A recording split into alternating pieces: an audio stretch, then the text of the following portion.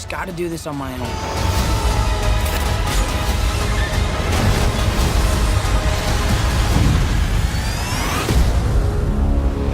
Spiderman Homecoming. So Spiderman Homecoming is a continuation story from the Civil War, and this is the story of Peter Parker trying to be an Avenger, you can say a part of the Avenger in the eyes of Tony Stark, and Tony Stark is trying to be a very good fatherly figure for Peter Parker because he doesn't want to ruin this 15-year-old boy with this vigilante and stuff, and Peter Parker is in like a middle road trying to discover that whether is he a student or is he a Spider-Man. But with this movie, that Peter Parker kind of a bit of a messed up things, as he thinks that he is trying did a good stuff, but it turns out that he, in the eyes of Tony Stark, that he did a lot of bad stuff, which he at the end, if you saw the trailer, that he's trying to reclaim himself, be part of the Spider-Man universe, but still trying to do good stuff. At the same time, this guy Vulture, played by Michael Keaton, he was created by Tony Stark because Tony Stark did something bad at him in a way, so he's trying to get vengeance by stealing Tony Stark's gadget. So Peter Parker is there to try to stop this Vulture. So that is the story, but at the same time, to be honest, that the way they tell the story was pretty darn good. Honestly, when I entered this cinema, because how the trailer shows us around the second or third, I felt like the trailer showed a bit too much, which to be honest, it did felt the trailer showed a bit too much for me, but still, I enjoyed the movie a lot. Honestly, I enjoyed a hell lot of this movie. If they did not show a lot of parts, like where Peter Parker was Spider-Man was pulling the Phantom boat back into together, if they did not show that part and Tony Stark take back the Spidey suit, this show would have been way much better, to be honest. So I'm gonna tell you the good stuff and the bad stuff about this film. The good stuff is that this film did very, very well in terms of mixing the teenager story and the superhero cliche. To be honest, it is still a very, very superhero cliche, as in like stop the villain and discover that he's a superhero kind of stuff. But this story did very, very well in terms of mixing very well with the teenager story, because when it comes to the teenager story, usually we try to discover ourselves, like what do we want to become when we particularly want to become this particular role that we try very, very hard, and then we kind of messed up, but turns out that we are better in this way of life as a teenager, because teenager usually have this self-discovery kind of way, but this film did very well as in mixing this both superhero cliche and a teenager story. Okay, secondly, the actors here was very well done. I already have a very, very good impression from Tom Holland in the Civil War, but this one he really proves it.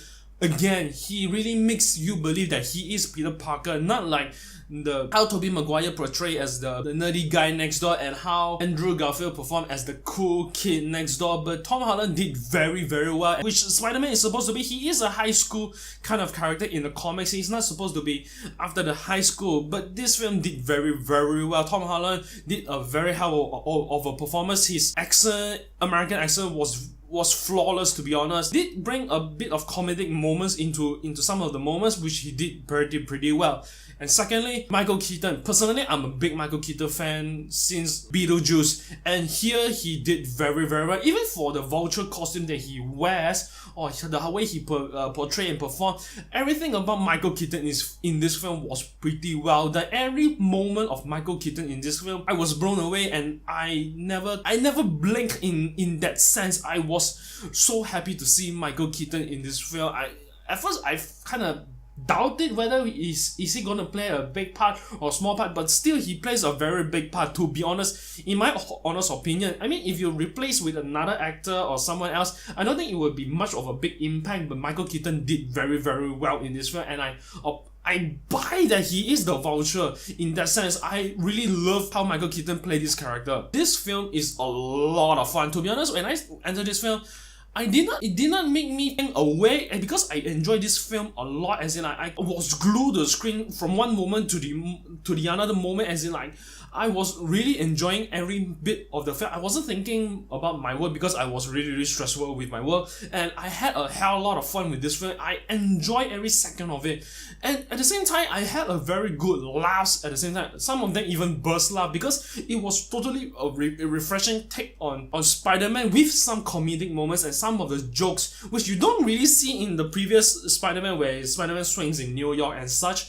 But whereas this Spider-Man is more in the neighborhood scenario, so you will see some of the fresher jokes you can say. Okay, this is the one part that really kind of worries me in that sense, because ever since this story is taken part after Civil War, so Tony Stark has this kind of mindset, try to protect Peter Parker as well, as in he is trying to be the father role towards Peter Parker. So everything that Tony Stark do must be very, very conscious, as in like, since he is already in the Sokovia record where he is under the government decision whether he wants to take action or not, but the way Tony Stark portraying and the way they read, the way the writers write for Tony Stark, this character, everything was done pretty good, to be honest, to the point you understand what Tony Stark is going through if you watch Civil War as well. So you understand what he is going through. So everything about Tony Stark was done pretty well. I'm glad that he's not on screen a lot of time, because I felt maybe Tony Stark will be the show's leader, but turns out that he wasn't there. I'm glad that he wasn't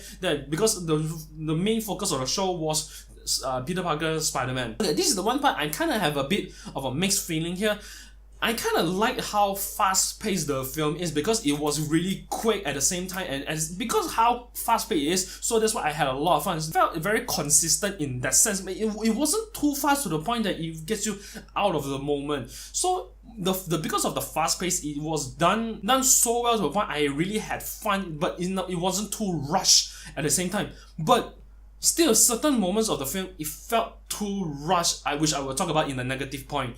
It felt a bit too rushed, but still, the fast pace makes it very, very fun, very, very enjoyable in that sense. And then there's some of the moments I really, really do enjoy. Now let's talk about the bad parts. Okay, this is more like a nitpicking for me. I don't know whether is it just me or everybody else, but I felt like the scene transition is a bit messy for me. I felt like it's a bit choppy, and it is certain of moments of the film, particularly at the end of the film, the scene transition or the way they edited is a bit choppy and a bit messy to the point I got lost in track, particularly at the end around fight scenes between Vulture and Spider-Man. The showdown, you can say. I felt off, I can say that. So I got lost in the same time. But still, throughout the movie, I still also felt like the scene transition is a bit messy and a bit choppy. It gets me out of the moment. But still, because the reason why the scene transition is a bit choppy or messy is also due to the fast pacing. Just now, even though fast pacing was in my good point, it's also in my bad points, because honestly, there are certain moments that I felt like it's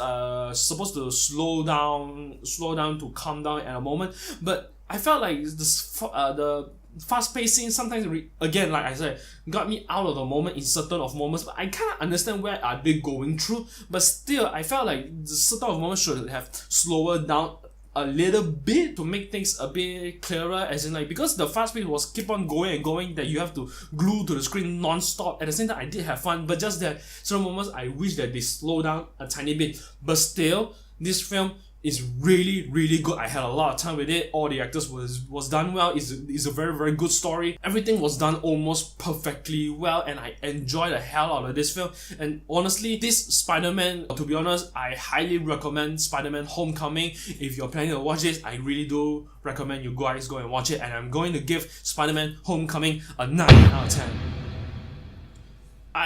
To be honest, this week I'm really having a lot of stress at work, and to be honest, I don't even have time to sleep, so that's why I didn't make up the bed. And to be honest, watching this Spider-Man Homecoming is not a regrettable choice at all, because I really enjoyed the hell out of it, because I was really, really stressed at work, and then watching this film kind of relaxes my mind as well, and I enjoy the hell out of it. I really do recommend it. So this is my review for Spider-Man Homecoming, and I'll see you all next time.